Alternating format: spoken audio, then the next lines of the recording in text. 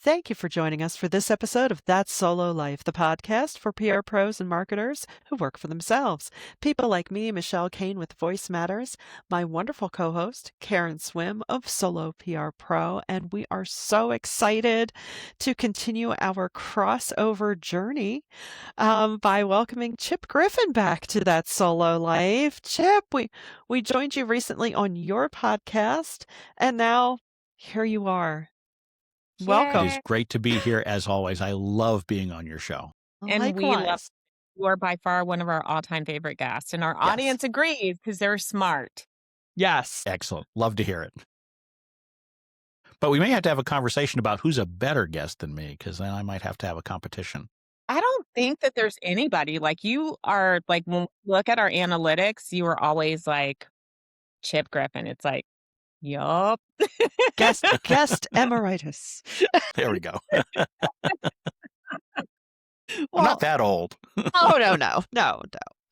But we're so glad you're with us today because today we're going to talk about the landscape of what we do, PR comms, all that good stuff. You know, really help our listeners and each other navigate how it's looking right now. To say it's been a weird year or a weird couple of years is kind of an understatement. So, what are you seeing out there right now, Chip? So, I mean, this is not the first time we've had a conversation similar to this on your show. I guess I'm sort of the go-to for weird. So I'm not sure how to interpret that, but we are in a similar place to where we have been a number of times over the last 5 or 6 years, which is there's a lot of uncertainty. There's certainly economic and political and international uncertainty that's gripping a lot of folks right now. And so for the world of agencies and solos, that means we're kind of seeing a mixed bag. No, I'm not hearing a lot of significant growth stories. I'm not hearing as many decline stories as we've heard in some past events. It's more stagnant. And so that's a tough place to be because it's, you as a business owner, you sit there and say, well, we're not doing great, but we're not doing terrible. So do I really want to change a lot or not? And then, of course, as we talked about in the first part of this crossover, we've got the whole umbrella of AI that is enveloping all of us and also making us think about, what the future of our businesses and our careers are, frankly. Yeah, that is so true. I mean, what you just said is exactly what I've been telling people. How's business? It's like it's decent, could be better. And honestly, I can't blame those prospects out there because every day it's a new issue to consider with running your business. And, the business world loves continuity and, dare I say it, sanity and, ways to project and plan. And this isn't it right now. So I empathize with other Yeah, businesses too. Clients are reluctant to make additional investments right now. There's a lot of pressure on their budgets and a lot of uncertainty on their side that causes them to want to hold on to their cash and not spend it. Obviously, that AI factor is also there where people are like, well, should I be spending this? Should I just be investing it in the AI tools and doing it myself?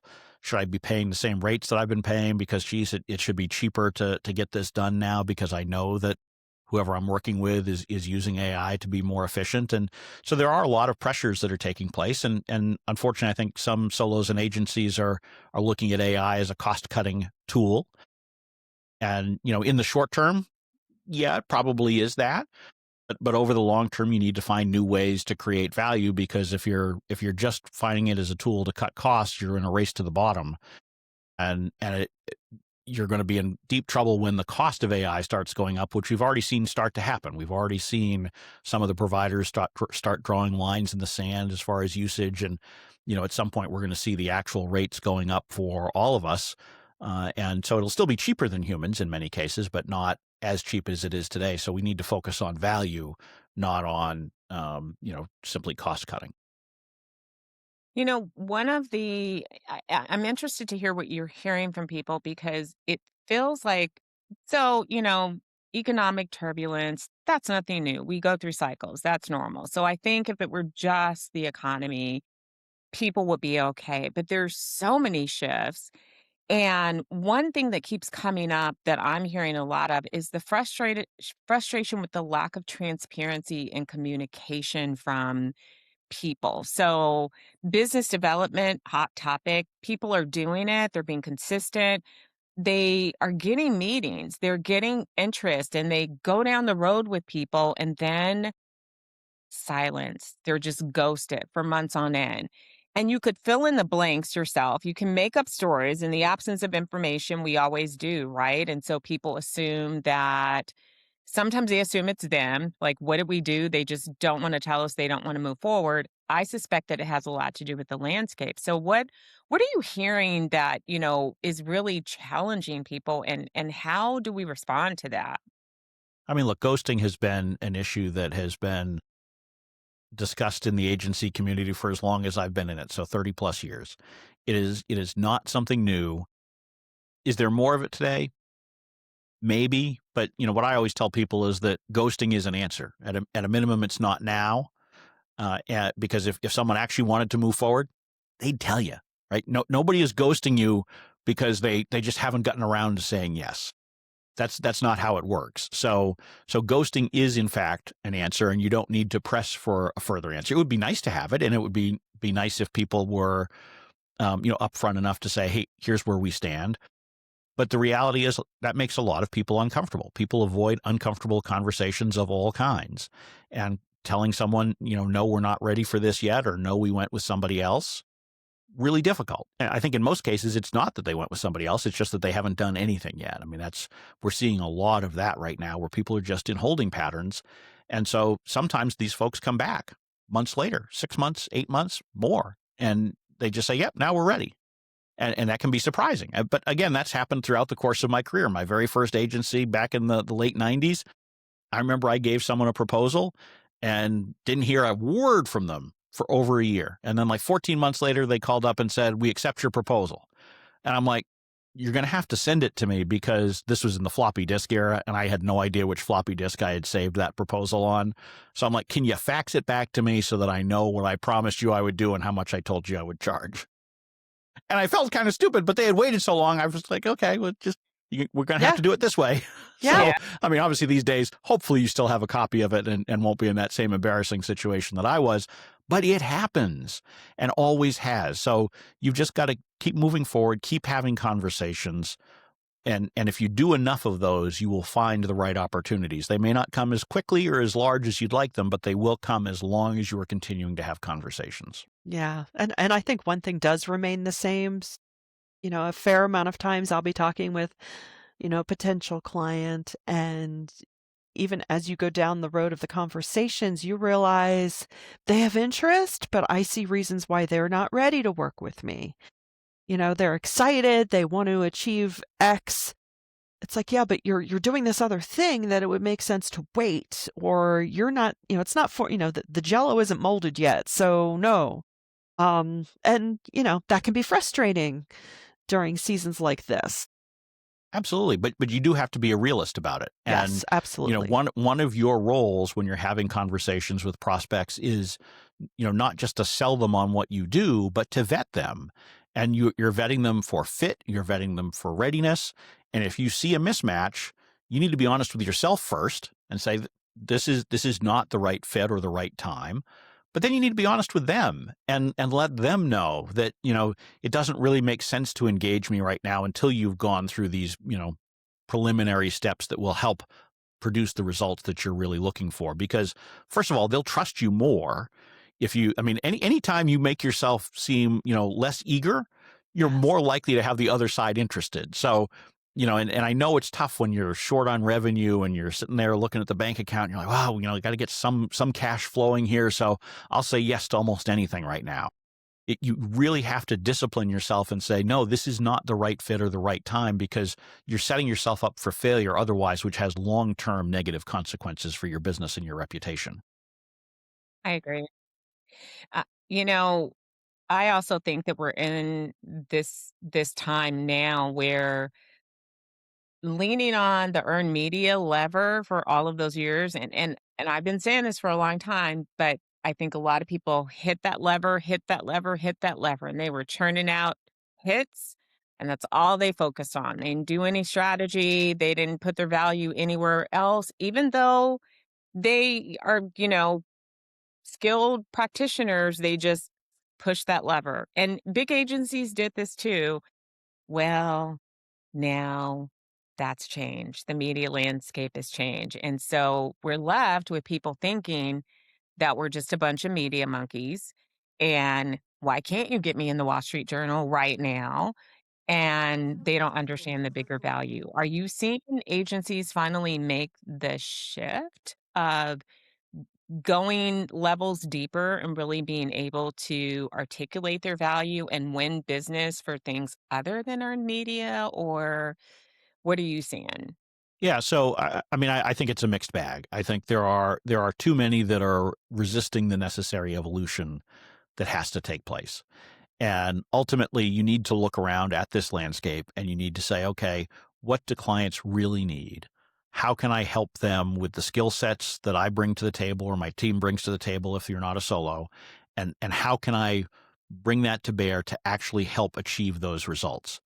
And if you are insisting on maintaining things the way that they have always been, you're not going to succeed. And particularly in the current environment where things are evolving so quickly. It's the media landscape is changing.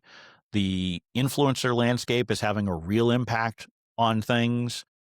We can debate whether that's a good title for it or not, but I mean, that's the reality. That's how it gets communicated in the marketplace. And then, of course, as we talked about on the earlier episode, part one of this, AI is having a real impact on how we all do our business. And so we need to think about every aspect of what we're doing in the work that we're doing for clients, how we execute on it, what we're executing on, how we're developing the strategies. And if we're not rethinking every aspect of that, we are not setting ourselves up for future success. And so we need to be much more aggressive at rethinking things because we can't simply do the same things we did 5 or 10 years ago.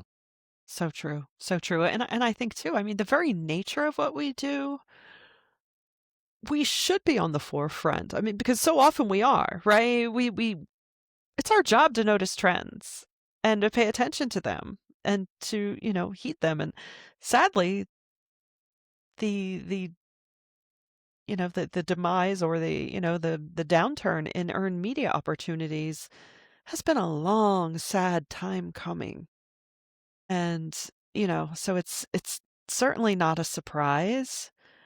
And it's really on us to keep up and be innovative and find a way. At the end of the day, it's still all about storytelling. What story are you telling about your client and what they have to say? And okay, well, how can I get that heard? Yep. And Yeah, and that's a key point because none of this it's change, but not really at the same time because it's the same set of skills that are simply transferred to different targets. So instead of trying to place an op-ed in a paper, you're trying to place a blog post somewhere, you're creating owned content or social content. Instead of trying to build relationships with a reporter, maybe you're building it with an influencer or a quasi-professional journalist who has a YouTube channel or something like that. There's a lot of the same skills that are easily transferred, and even the strategies are pretty easily transferred. It's just you have to be open to that and not say, well, I'm sorry, I only talk to people from the major media outlets in my markets or my trade press or whatever. You've got to be thinking much more broadly than that if you want to be successful.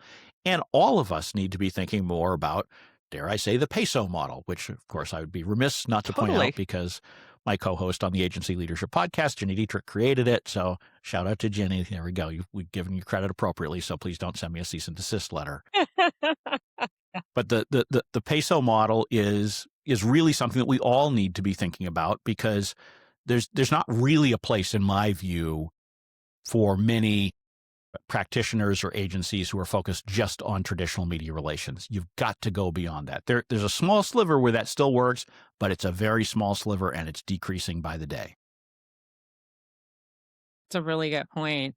I mean, are there any skill sets that you think we're missing? Like, do you see something that pops out at you like people are not getting this and they really need to learn or utilize the skill set to survive? I mean, look, I think the top of my list, and perhaps this is just because of what I do most days, but it's business sense. Unfortunately, most people who are agency owners or solos have very, very poor business sense. Yeah. And that affects you in two ways. First of all, it hurts you in how you run your own business because you're not thinking about things, whether it's pricing or budgeting or those kinds of things properly. But also it hinders you in the work that you're doing for your clients because whether you're a for-profit or a nonprofit business, you still have, business goals that you're trying to achieve. And the more that we all understand about business, the better partner we can be to our clients. So it helps you two ways. And so I think really improving your business sense, your Mhm. business skills would be top of my list for every agency owner and solo out there. Mhm. Yeah, I definitely. agree. I mean, I always talk about learning to speak the language of the C-suite, and I do think that that's where PR people really need to live there. We've talked for years about having a seat at the table, but Yes. if you get to the table and you're speaking like you're still at the kids' table, that's not gonna help, and speaking the language means that you actually understand it, and then when you understand what really matters to them, then you can align your impact against what's really important to them. Yeah, and you've got to understand the business impact of your communications, right? So a lot of Mhm. times I'll see communicators who propose something that's a perfectly fine communication strategy and it might help you get more coverage or or more positive reviews of what you're doing, but they don't necessarily contribute to the business goals of the organization. And so when I see communicators do that and they say they want a seat at the table and then they come in and they start telling other departments what they should be doing, and it's not grounded in the actual business case for it, it's grounded in what would be helpful for them from a communication standpoint. And so, you've really got to make sure that you can balance those two together because ultimately the only reason that communicators and marketers exist within the business is to achieve the business goals. Right. And so if we're not aligned with that, we're never going to be successful. So true. So true. It's my highbrow phrase to use is so what? It's the so what factor. Oh, so we get this attention for this. So what? What is how does that contribute, to the end goal of you making more money or of you growing, your membership or whatever that looks like. So yeah, it's definitely important to have that mindset going in. Yeah, I think if we don't get to that, if we don't get to the impact our work has rather than just outputs, we're gonna suffer from, misaligned expectations, and that's the quickest way to lose a client. And that's why when you're talking with prospects or clients, you need to understand what they're really trying to achieve. Yes. And so when someone comes to you and they say, we need an earned media plan to get us in the Wall Street Journal and the New York Times, well, why? What are you trying to achieve with that? Because that way you can figure out, is this a reasonable way to achieve that goal? Or is there some better path that you can follow? Or should you just tell them, yeah, that's not possible. And so maybe we're not the right fit, but we tend to be very excited about new opportunities that come in front of us. We tend to fall in love with our clients very, very quickly, with our prospects and the ideas of being able to be creative and all of that. But we need to use our judgment. We are the experts. We are here for a reason, and we need to evaluate it and say, yes, this makes sense, or no, this is not the right path. I mean, I regularly have people who come to me for help with their agency, and I'll send them somewhere else, or I'll tell them, no, you're not ready for it yet. Because I've had plenty of cases where I could take someone's money, but they're not going to get the result they're looking for. Yeah. That Exactly. doesn't really serve anybody's purpose. And over the long term, I'm in a better place for being honest about that than I am about the short term cash I might collect. Absolutely. Absolutely agree. Chip Griffin, man of integrity. Well, let's not go too far. I did start in politics after all, so I have to be careful how deeply I can claim that. Well, But that was a long time ago in a galaxy far, when far the away. integrity existed in Yeah, politics, so right? Well, I wouldn't say it existed, but it was certainly better than it is today, which I guess oh, doesn't really say much. it's existent today. Thank you, influencer culture and social media algorithms, because I feel like that's ruined so many things. Yeah. So So, true. sometime we could have a long conversation about what is ruined. It's a confluence of different factors, some economic, some otherwise. Yeah, but that's not for today's show. Sounds like a fun topic for the future though. Maybe not recorded, though. We'll have to see. No, you're sure. Yes, yes. That's solo life in the green room. What would you say, if you're an agency owner or a solo listening to us and you're like, okay, well, that's great, but like, what's one or two solid, what's a thing or two I can try and do in the next quarter or two to take a positive step? So I think that the two key things at moments like this are to listen and learn. And so the first part, listening. So we need to be doing more to ask questions of our prospects, of our clients, and really listen to what they're saying. Understand, how are their businesses changing? How are their jobs changing? And then thinking about, what does that mean for me?